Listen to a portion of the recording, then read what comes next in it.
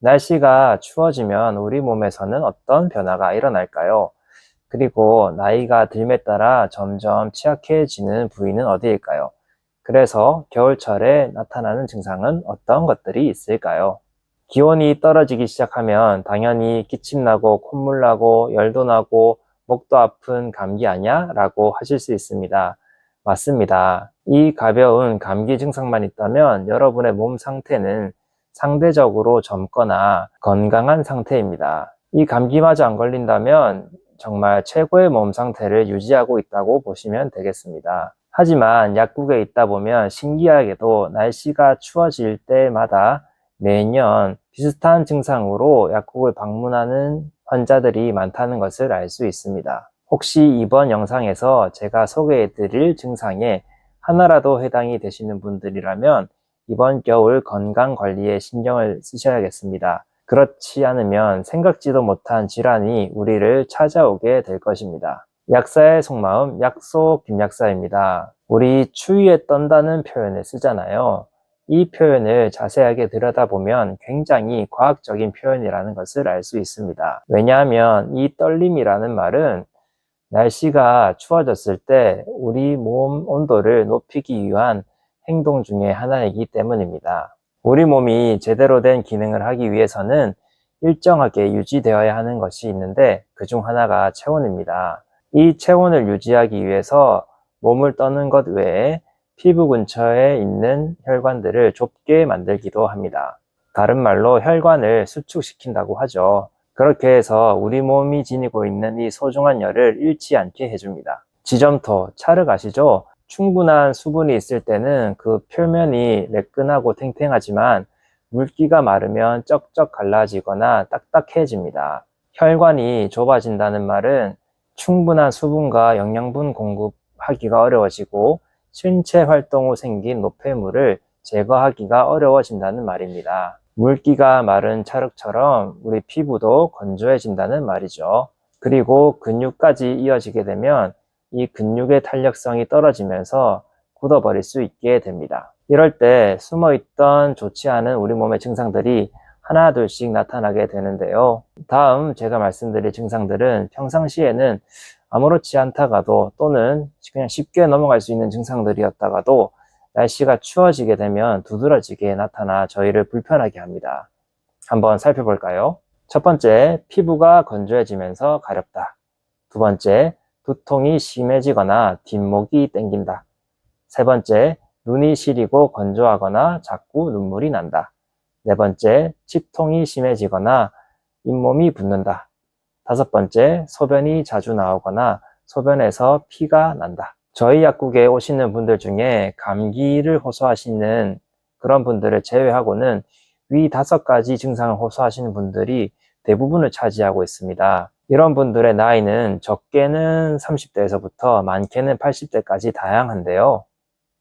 이러한 증상들의 원인을 나눠보면 크게 외부적인 요인과 내부적인 요인으로 나눠볼 수 있습니다.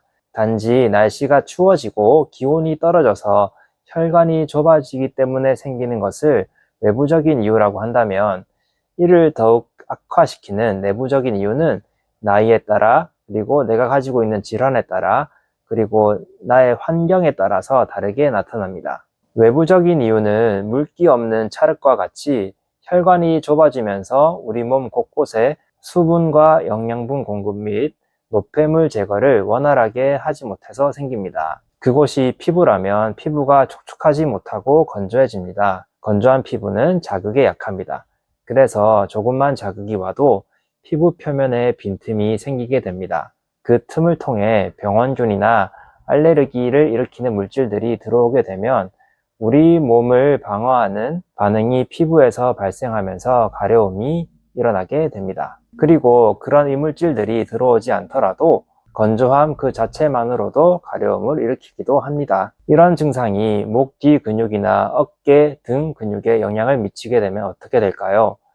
근육이 제대로 된 기능을 못하고 굳어버립니다. 특히 평상시에 좋지 않은 부분에 더 큰 영향을 미칩니다. 예전 어깨 영상 여긴가? 예전 어깨 영상을 통해서도 말씀드렸는데 근육이 제대로 된 역할을 하기 위해서는 균형을 맞추고 있어야 된다고 말씀드렸죠. 늘어날 땐 잘 늘어나야 하고 줄어들 때는 잘 줄어들어야 한다고. 못 보신 분들은 다시 한번 보고 오시고요. 평소에 목, 어깨 등 근육이 자주 뭉치고 안 좋았던 분들은 그 증상이 바로 머리로 나타납니다. 머리가 무거워지거나 한쪽 머리가 아파온다거나 뒷목이 땡기는 느낌이 들게 됩니다. 여기서 더 연장을 해본다면 눈 주변의 근육이 굳고 뒤틀려서 눈물이 만들어지고 눈물이 빠져나가는 길들이 막히게 되면 눈물이 적게 만들어지고 만들어진 눈물이 빠져나갈 길이 막혀서 눈물을 줄줄 흘리기도 합니다. 그래서 눈이 건조해지고 시림과 동시에 눈물을 주룩주룩 흘리게 되는 것이죠. 그리고 자주 눈가를 닦다 보니 눈가가 짓무르기도 하는 분들이 있습니다.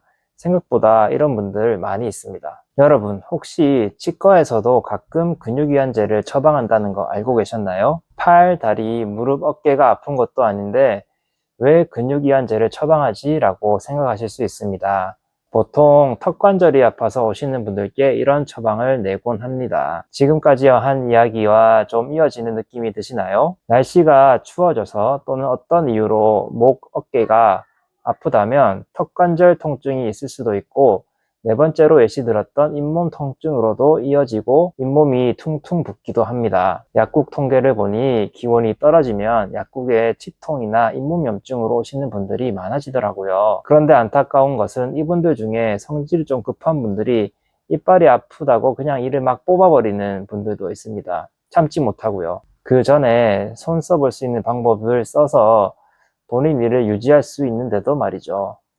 늦지 않았다면 염증이나 통증을 쑥 들어가게도 할 수 있습니다. 제 유튜브 채널에 보면 소변이 자주 나오는 증상에 대해서 설명해 놓은 영상이 있습니다. 요약해서 말씀드리자면 방광을 둘러싸고 있는 복부 근육이 굳어버리면 잘 늘어나지 못해서 방광이 소변을 충분히 저장해 놓을 수 없다는 영상인데요. 그렇게 해서 소변을 보러 자주 화장실에 간다는 내용입니다. 자, 그런데 여기에 추위까지 더해지면 우리 몸 전체적으로 근육이 틀어지게 됩니다. 그럴 경우 골반이 틀어지기 쉬운데 아까 우리 눈 건조함과 눈물이 자주 나오는 증상과 유사하게 소변이 나오는 요도 주변의 근육이 틀어지게 되면 소변이 찔끔찔끔 나오게 되고 그리고 소변을 볼 때 통증을 느끼게 될 수 있습니다. 경우에 따라서는 피부 건조함이 더해져서 피부가 헐거나 찢어지면서 피가 오줌에 섞여 나오기도 합니다. 찬바람이 불고 날씨가 추워진다고 모두가 이런 증상을 겪는 건 아니겠죠. 그 밑에 숨어있는 내부적인 요인도 한번 살펴보아야 합니다. 이런 내부적인 요인에 해당이 된다면 더욱 쉽게 앞서 설명드렸던 증상을 겪게 될 수 있습니다. 첫 번째 조건은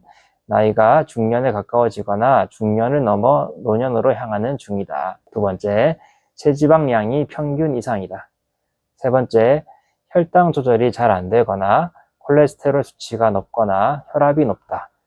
이런 바탕을 가지고 있는 분들이 앞서 설명드린 증상을 겪기 쉽고요. 이런 상태에서 추가적으로 등산, 골프, 자전거 타기 등 실외 운동을 무리하게 한다든지 쭈그려 앉아서 일을 한다든지 육체적인 힘을 쓰는 일을 많이 한다든지 그리고 고개를 숙이거나 어깨를 사용하는 일을 많이 한다면 더욱더 그 발생하는 빈도가 늘게 됩니다. 그런데 여기에 더 추가적으로 우리 연말 연초에 개모임이 많잖아요. 그럴 때 찬커피를 마신다거나 술을 한잔 한다거나 기름진 음식, 밀가루 음식을 먹는다든지 그리고 그것을 이제 밤늦게까지 먹었다 하면은 거의 치통, 두통, 각종 근육통, 그다음 소변 불편해지고 눈도 불편해지고 그 증상이 귀까지 이어지는 경우도 있습니다. 그런데 이런 증상들은 사실 조금이라도 젊었을 때 나타나는 증상들이고요.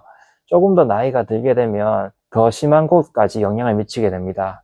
바로 뇌 건강입니다. 갑자기 쓰러질 수도 있고요. 뇌경색, 뇌졸중까지 올 가능성이 있습니다. 그러니 늘 조심하셔야겠죠. 앞서 열거했던 조건들 중에서 이 부분에 대해서 조금 더 집중해 보도록 하겠습니다. 이 부분은 표면적 이유를 조금 더 악화시키는 근본적인 이유라고 볼 수 있겠습니다. 우리 친구들끼리 만나면 하는 말 있잖아요. 똑같네, 똑같아. 하나도 안 변했네. 맞습니다. 우리는 마음은 늙지 않습니다. 마음은 늘 이팔청춘이죠. 하지만 마음과 다르게 우리 신체는 시간이 흐르면 흐를수록 낡게 됩니다. 세포도 낡고요. 그 세포로 이루어진 혈관들도 낡게 됩니다. 특히나 그 낡은 혈관이나 림프관 안을 흐르는 혈액이나 림프액마저 탁하게 되면 앞서 언급드렸던 증상이 더 심하게 나타납니다. 말라버린 찰흙처럼 말이죠. 거기에 혈관과 림프관이 겨우겨우 버티고 있는데 무리한 신체 활동으로 경직된 근육이 그 혈관과 림프관을 누르게 되면 더욱 상황은 악화되고요. 그 다음에 그 안을 흐르는 혈액과 림프액을 탁하게 하는 식습관마저 더해진다면 상황은 더 걷잡을 수 없이 심각해집니다. 그런 방법이 없는 겁니까, 선생님? 있습니다. 근육의 탄력성을 회복하고 혈관과 혈액의 상태를 개선하면 됩니다. 먼저 스트레칭을 생활화하십시오. 운동이나 작업을 하기 전에 스트레칭을 필수로 하시는 것을 추천드립니다. 그리고 야외 활동 후에도 꼭 몸을 풀어주시는 것이 좋습니다. 그렇게 되면 유연성이 증가하여서 근육이 딱딱하게 굳어지는 것을 막을 수 있습니다. 두 번째로 혈관 속 기름때를 쌓을 수 있는 식습관을 개선하십시오. 기름진 음식, 과량의 탄수화물, 술, 고칼로리 음식, 간이 세게 되어 있는 음식들을 줄이시고요. 혹시 제가 빼먹은 것이 있을 수 있는데 그것도 꼭 빼셔야 됩니다. 우리 모두는 알아요. 어떤 것이 안 좋은 음식인지. 세 번째로 체내의 온도를 낮출 수 있는 찬 것들도 피하셔야 됩니다. 날씨도 찬데 속에도 찬물을 들이부으면 눈 내린 곳에 서리가 내리는 설상가상.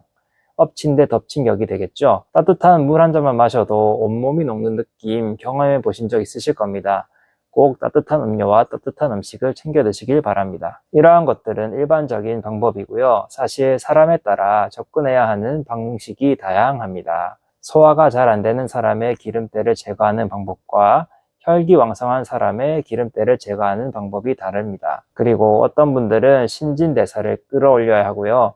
어떤 분들은 찌꺼기 제거가 먼저일 수 있습니다. 약국에서 상담을 통해 나에게 꼭 맞는 혼일 레시피를 적용하는 것을 추천드립니다. 이번 영상에서는 날씨가 추워지고 쌀쌀해질 때 우리 몸이 겪을 수 있는 증상에 대해서 알아보았습니다. 그리고 이 증상들이 더 진행이 되면 뇌까지 영향을 줄 수 있다는 것도 말씀드렸습니다. 사소해 보일 수 있는 증상들이었지만 그 밑에 깔려있는 원인들이 많았죠. 이처럼 나이가 들면서 생기는 증상들은 큐어를 한다기보다는 케어를 한다는 마음가짐으로 접근하시면 더욱 좋습니다. 우리가 알아보았던 증상들의 원인을 잘 해결하셔서 건강한 겨울 나시길 바랍니다.